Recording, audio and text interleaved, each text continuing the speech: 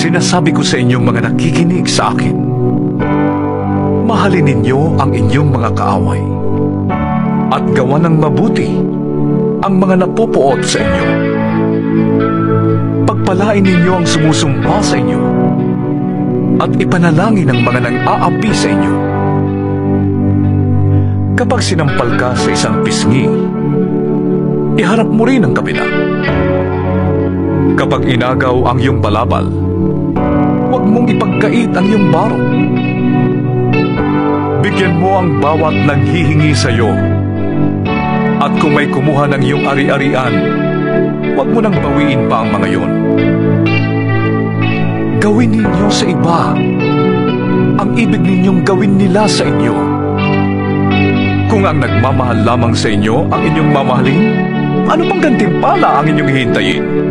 Ang mga makasalanan man ay marunong ding magmahal sa mga nagmamahal sa kanila. Kung ang mga mabuti lamang sa inyo ang inyong gagawa ng mabuti, ano pang gantimpala ang inyong hihintayin?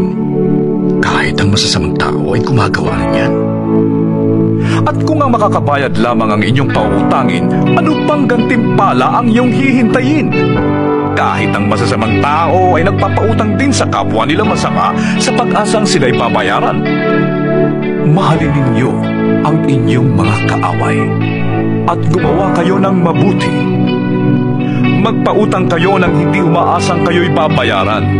Sa gayon, malaking gantimpala ang tatamuhin ninyo at kayo'y magiging mga anak ng kataas-taasang Diyos, sapagkat siya'y mabuti kahit sa masasama at sa mga hindi marunong tumanaw ng utang na loob. Maging mahabagin kayo na gaya ng inyong ama. Huwag kayong humatol at hindi kayo hahatulan. Huwag kayong magparusa at hindi kayo parurusahan ng Diyos. Patawarin ninyo ang inyong kapwa at kayo patatawarin din ng Diyos. Magbigay kayo at kayo bibigyan ng Diyos. Hustong takal, siksik, liglig at umaapaw pa ang ibibigay sa inyo. Sapagkat ang panukat na ginagamit ninyo sa iba ay siya ring gagamitin ng Diyos sa inyo. Maaari kayang mag-akay ang bulag ng kapwa bulag. Pareho silang mahuhulog sa hukay kapag ginawa nila ang ganon. Walang alagad na nakakahigit sa kanyang guro. Ngunit kapag lubusang naturuan, ang alagad ay makakatulad ng kanyang guro. Bakit mo napapansin ang puwing ng iyong kapatid? Ngunit hindi mo nakikita ang troso sa iyong mata. Paano mong masasabi sa iyong kapatid, "Kapatid, hayaan mong alisin ko ang iyong puwing," gayong hindi mo nakikita ang trosong nasa iyong mata? Mapagkunwari. Alisin mo muna ang troso sa iyong mata nang makakita kang mabuti. Sa gayon, maalis mo na ang puwing ng iyong kapatid. Walang mabuting punong kahoy ang namumunga ng masama, at wala ring masamang puno ang namumunga ng mabuti. Nakikilala ang bawat puno sa pamamagitan ng kanilang bunga, sapagkat hindi nakakapitas ng igos sa matitinik na halaman o ng ubas sa mga dawag. Ang mabuting tao ay naglalabas ng mabuti mula sa kanyang pusong sagana sa kabutihan, samantalang ang masamang tao naman ay naglalabas ng masama mula sa kanyang pusong tigib ng kasamaan. Sapagkat kung ano ang nag-uumapaw sa puso ay siyang sinasabi ng labi. Bakit ninyo ko tinatawag ng Panginoon, Panginoon? Gayong hindi naman ninyo tinutupad ang sinasabi ko.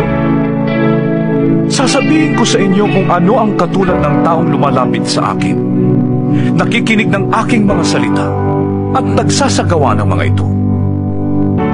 Ang katulad niya ay isang taong humukay ng malalim at nagtayo ng bahay sa pundasyong bato. Nang bumaha at bumugso ang tubig sa bahay na iyon, hindi na tinag ang bahay na itinayo, sapagkat matibay ang pagkakatayo nito. Ngunit ang nakikinig naman ng aking mga salita at hindi tumutupad nito ay katulad ng isang taong nagtayo ng bahay ng walang pundasyon. Nang bumaha at bumugso ang tubig sa bahay na iyon, ito ay kaagad bumagsak at lubusang nawasak.